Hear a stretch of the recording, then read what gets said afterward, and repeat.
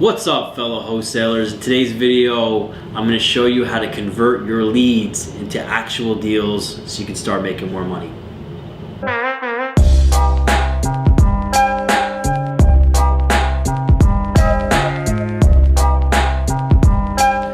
So with the amount of competition in today's market, you really got to make sure you're on the game. There's a lot of competition out there. Your sellers, your motivated sellers are typically going to meet with more than one person. Usually it could be 3 or 4 people. So you have to stand out. You have to, really be on your game so you convert these leads. So the first thing, when they call, you want to make sure you sound professional, act like you've been there before, but you also don't want to sound too salesy.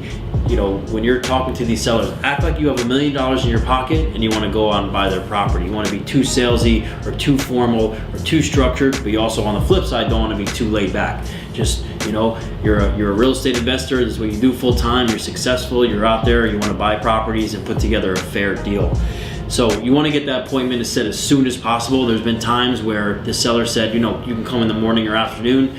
I would call them, confirm my appointment before I head out to their house, and they would say, sorry, Rob, property's already sold. So you want to get out there as soon as you can. You need to sound and be confident. The last thing the seller wants to do is tie up their property, put confidence in you that you're going to close, and you don't come through. So if you don't sound confident, you aren't confident, then they probably aren't going to want to do business with you. You want to make sure that your sales presentation, your negotiating, and your closing tactics are all down. You need to read different books about sales, negotiating, closing, things like that. I'm going to go over that in more detail, but that really is meat and potatoes of this, is being able to properly present to these people how to negotiate and how to actually close the deal.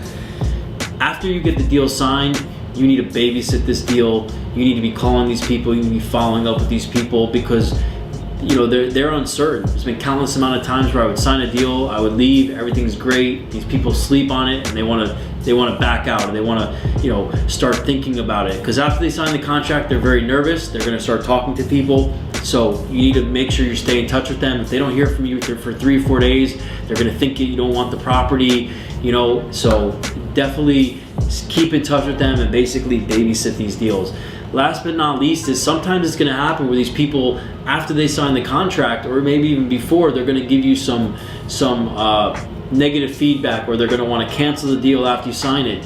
You guys have to fight for these deals. Don't just say, okay, no problem, let me send you over a cancellation. Go and meet with them. That's one of the biggest things, is if there's anything that ever comes up, hey, can we meet? Get in front of them, spend the time, nurture the deal. And if you really perfect these things, I can guarantee you that your conversion rate's going to go up. You're going to start making more money, and you're going to live the life that you want to live. So for those of you that really aren't that confident with the whole sales process and negotiating, I highly recommend that you partner up with somebody that goes to these appointments with you. You're going to learn a lot. They have more experience than you, because the last thing you want to be doing is spending money on marketing and not converting these leads. So you got to think that your first few deals you're there to learn, and then the rest of your deals you're there to earn. So yes, you're going to make money, and you want to make money on those first deals, but the important thing that you get out of it is that you learn, because once you get the process down, you're going to want to continue to get better.